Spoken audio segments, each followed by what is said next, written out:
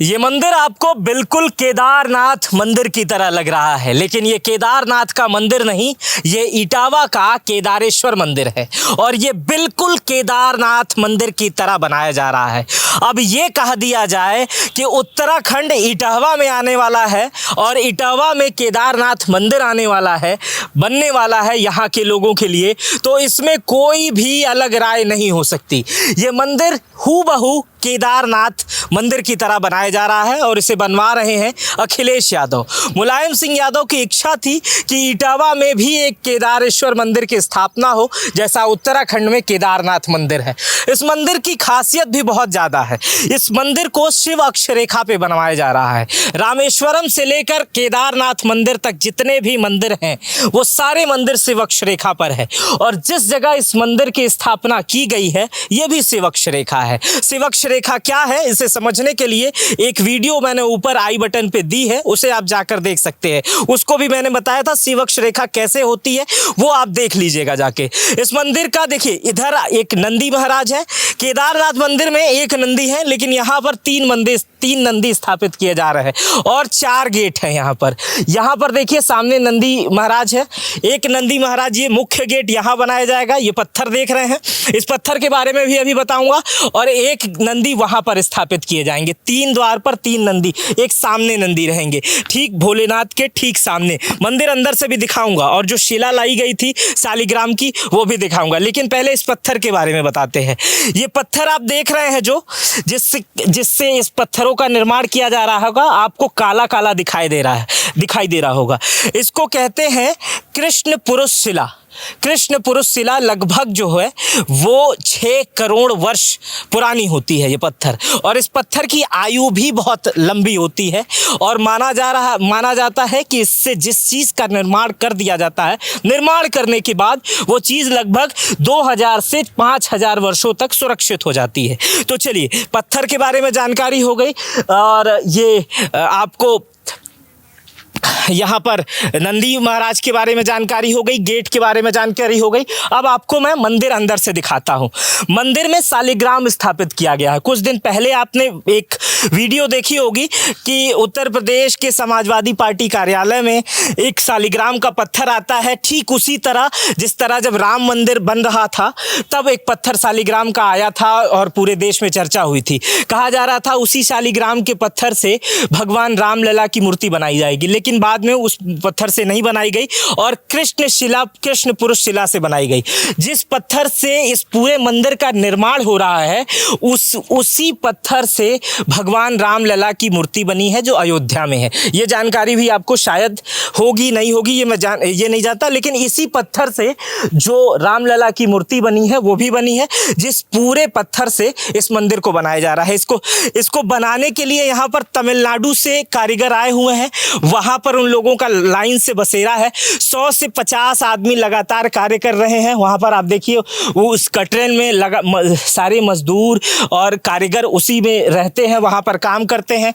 और वहाँ पर पत्थर के तराशने का एक वो बनाया गया है।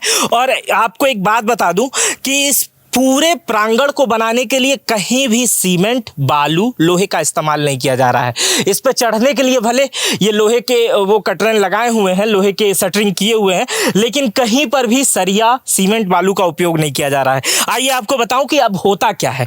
अब देखिए, ये पत्थर की शिला बन गई है और इसमें ये खुरचन, इसको थोड़ा थोड़ा तोड़ा जाता है और यहाँ पर कुछ धातु, कुछ केमिकल की मदद से, कुछ पुरानी पद्धति जिसमें उड़द, चना, गुड़ और केले का उपयोग, तमाम चीज़ों को उपयोग करके जैसे केदारनाथ मंदिर को बनाया गया है ठीक वैसे ही बनाया जा रहा है। और देखिए, और दूसरा सिस्टम होता है बड़े मंदिरों को, जो नागर शैली से जो मंदिर बनते हैं उनको बनाने के लिए इंटरलॉकिंग सिस्टम का उपयोग किया जाता है।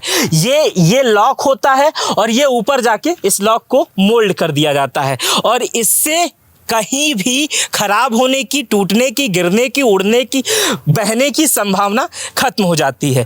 कृष्ण पुरुष पत्थर हो गया। पत्थर को मंदिर को नागर शैली में बनाया जा रहा है। अब अनुमानतः आप सोच रहे होंगे इस मंदिर को बनाने में खर्चा कितना आएगा। तो खर्चा का अगर अनुमान लगाएं तो मेरे अनुमान से, और जो मैं तमाम जानकारी जिससे लिया हूं उस जानकारी के अनुमान से, इस मंदिर को बनाने में लगभग 100 करोड़ रुपए का खर्चा आ रहा है। अब आप इस मंदिर को अब इधर से देखिए, इधर से जब आप इस मंदिर को देखेंगे तो आपको लग रहा है कि कितना शानदार, भव्य, अलौकिक ये मंदिर आपको दिखाई दे रहा होगा।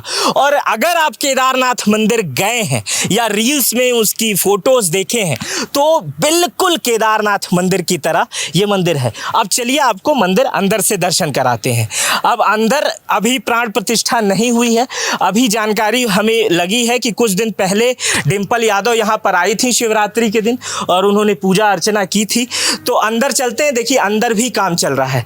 अब आप केदारनाथ मंदिर गए होंगे तो आप, चूंकि केदारनाथ मंदिर में पांडवों का योगदान है तो केदारनाथ मंदिर में भी मूर्तियां उसी तरह बनाई गई होंगी, देती हैं। देखिए यहाँ पर देखिए ये पांडवों की मूर्तियां यहाँ पर लगी हुई हैं, भीम, अर्जुन, सभी लोगों की मूर्तियां यहाँ पर लगाई गई हैं। आप देखिए केदारनाथ मंदिर में भी इसी तरह की मूर्तियां अंदर लगी हुई होंगी, आप देखते होंगे। और जो शिला आई थी, शालिग्राम शिला, वो आपको सामने दिखाई दे रही है। अभी मैं कहूँगा ये जो शालिग्राम शिला आई थी इसी तरह यहाँ पर स्थापित की गई है। अब शालिग्राम शिला के बारे में मैं आपको बता देता हूँ। शालिग्राम शिला जो है वो नेपाल की गंडक नदी से निकाली जाती है और इसका जो आयु होती है वो लगभग 6 करोड़ वर्ष पुराना इसकी आयु होती है। और माना जाता है कि शालिग्राम शिला में भगवान विष्णु का वास होता है। अब मैं अंदर आता हूँ और यहाँ आवाज़ थोड़ी गूंज रही है। अब मुझे नहीं पता है कि किस तरह से आपको सुनाई दे रहा होगा, लेकिन मैं केदारनाथ मंदिर गया हूं। जिस तरह से केदारनाथ मंदिर का प्रांगण है हूबहू उसी तरह ये मंदिर बनाया जा रहा है। मंदिर के अंदर ये है मंदिर और जो ये देखिए ये भगवान केदारनाथ की शिला है और इसी शिला को लाया गया है और यहाँ पर स्थापित किया गया है। और आप देखेंगे कि केदारनाथ मंदिर में भी जो भगवान केदारनाथ की जो एक माना जाता है कि एक सिरा यहाँ पर है और दूसरा पशुपतिनाथ में है, ठीक उसी तरह ये भी शिला लग रही है। रुद्राक्ष ऊपर से चढ़ा हुआ है। शिला आने के बाद शिला की पूजा अर्चना की जाती है, लेकिन अभी प्राण प्रतिष्ठा का कार्यक्रम नहीं हुआ, प्राण प्रतिष्ठा नहीं हुई है। और मुझे लगता है कि इस प्राण प्रतिष्ठा के कार्यक्रम में अब से 2 साल का वक्त लगेगा। आप देखिए बिल्कुल, अगर आप केदारनाथ मंदिर गए होंगे तो इसी तरह केदारनाथ मंदिर में खंबे हैं, इसी तरह की पट वहां पर बनी हुई है। हालांकि केदारनाथ में सोने का लगा दिया गया है और इसी तरह भगवान शिव की वहाँ पर भी प्रतिमा नहीं, एक प्रतिमा ही कह सकते हैं, विराजमान है और वहाँ पर लोग दर्शन करने जाते हैं। तो आप समझिए कि केदारनाथ मंदिर जो है वो इटावा में आ गया है और इसको हमने आपको अंदर से दिखाया है और बाहर से भी दिखाया है कि किस तरह से उत्तर प्रदेश के इटावा में उत्तराखंड की तर्ज पर केदारनाथ मंदिर का निर्माण किया जा रहा है। ये वीडियो आपको कैसी लगी मुझे कमेंट बॉक्स में बताइएगा और अगर इटावा आ रहे हैं तो आप यहाँ पर दर्शन करने के लिए आ सकते हैं। मेरा नाम मित्र प्रकाश है। ये वीडियो आपको कैसी लगी मुझे ज़रूर बताइएगा।